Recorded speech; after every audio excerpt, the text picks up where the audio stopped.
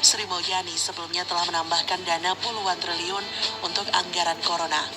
Disinilah celah kejahatan korupsi bisa terjadi. Bahkan dalam situasi musibah kemanusiaan seperti saat ini, tidak mencegah bagi mereka yang tamak untuk menyunat anggaran tersebut. Untuk itu, pemerintah telah menggandeng KPK untuk mengawasi anggaran yang demikian besar, hingga Firly Bahuri mengancam akan ada hukuman mati bagi mereka yang menyelewengkan.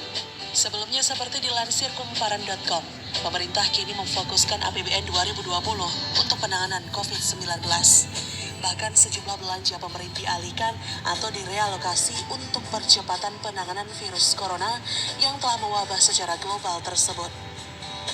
Menteri Keuangan Sri Mulyani mengatakan sebanyak 62,3 triliun rupiah belanja kementerian dan lembaga akan direalokasikan untuk penanganan COVID-19. Angka ini lebih besar dari yang disampaikannya pada Rabu 18 Maret sebesar 5-10 triliun rupiah. Kata Sri Mulyani pada Jumat 20 Maret, untuk melaksanakan berbagai macam permintaan yang sesuai dengan urgensi di kesehatan, kami sampai hari ini sudah identifikasi 62,3 triliun rupiah dari belanja K atau L yang akan bisa direalokasikan untuk bisa diprioritaskan sesuai arahan Presiden.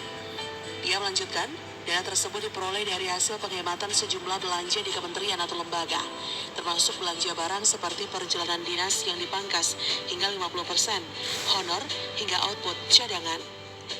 Nantinya, dana itu akan digunakan untuk membiayai kegiatan prioritas, mulai dari pengadaan alat kesehatan, penyediaan rumah sakit, hingga dunia usaha.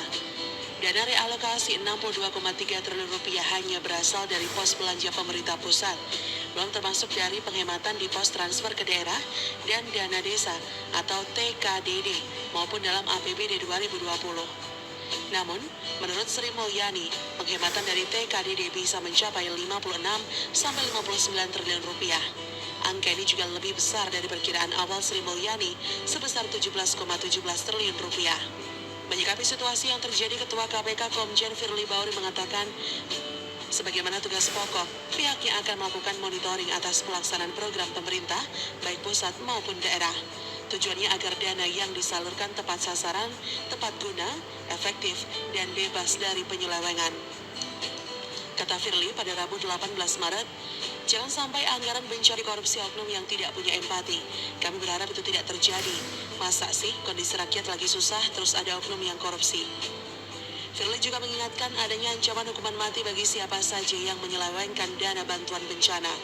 Ancaman pidana mati, kata dia, diatur dalam pasal 2 ayat 2 Undang-Undang 31 tahun 1999 tentang tindak pidana korupsi atau Tipikor.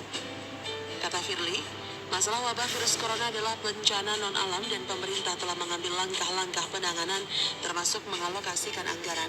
Kita memberi dukungan seluruh langkah yang diambil karena penyelamatan kehidupan itu menjadi prioritas.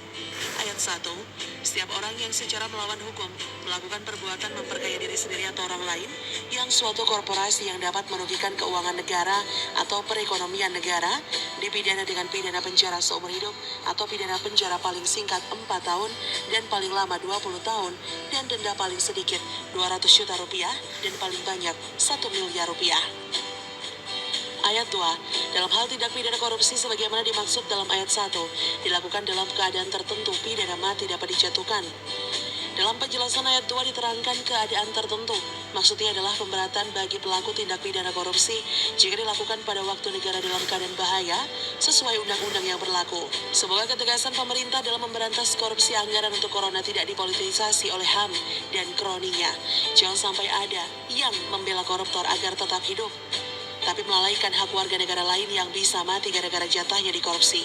Sampai saat ini pemerintah Jokowi sudah bertindak jauh untuk menghadapi COVID-19, mulai dari menyiapkan rumah sakit khusus corona di Pulau Galang yang selesai 28 Maret mendatang, menyulap rumah sakit Pertamina Jaya, hotel dan wisma atlet untuk menampung pasien corona, hingga mendatangkan 5 juta Avigan dan klorokin sebagai obat yang membantu kesembuhan pasien. Di samping itu adanya rapid test massal tetap bisa membuat banyak kasus positif ditangani, minimal menyuruh mereka mengisolasi diri. Semoga upaya pemerintah pusat juga diiringi di daerah-daerah. Jangan sampai ada korupsi dana wabah, seperti anak mantan RI1 yang menyerukan lockdown bersama elitnya. Nyatanya proyek Hambalang mangkrak di zaman bapaknya.